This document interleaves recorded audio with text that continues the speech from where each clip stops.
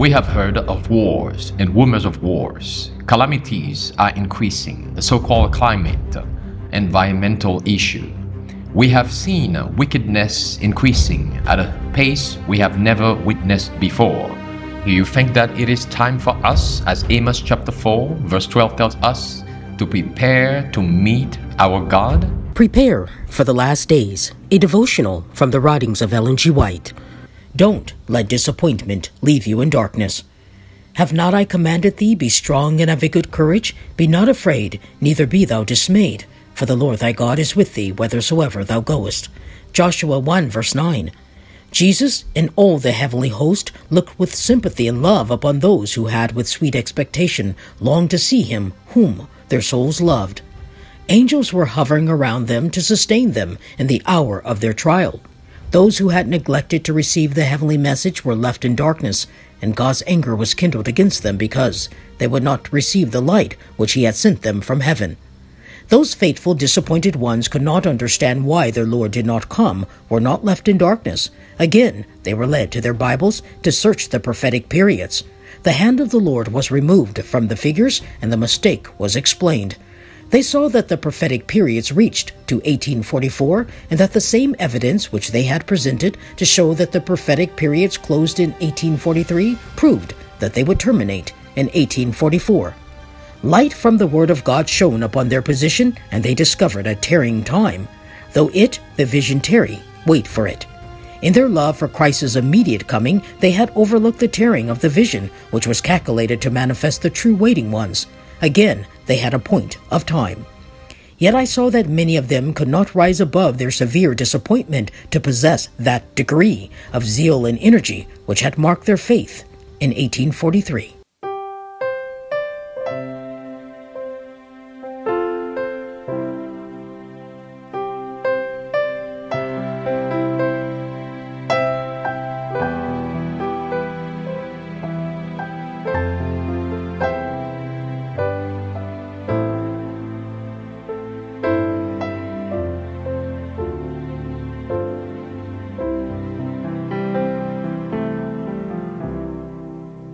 Before the throne of God above, I have a strong and perfect plea, a great high priest whose name is love, whoever lives and pleads for me.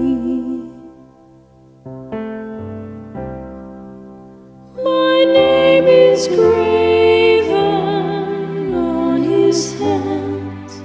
My name is written on his heart. I know that while in him he stands, no tongue can bid me thence depart. No tongue can bid me thence depart.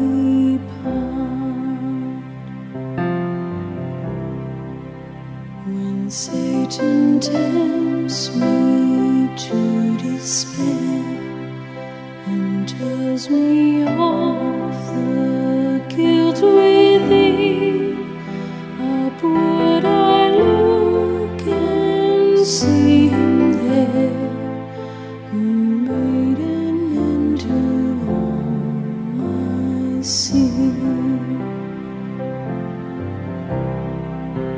Because the sinless Savior died, my sinful soul is counted free.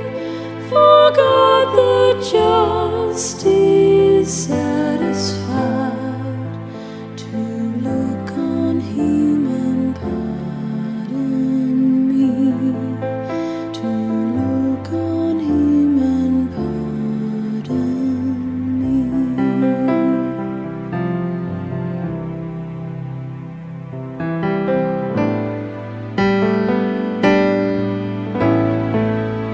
Behold him there, the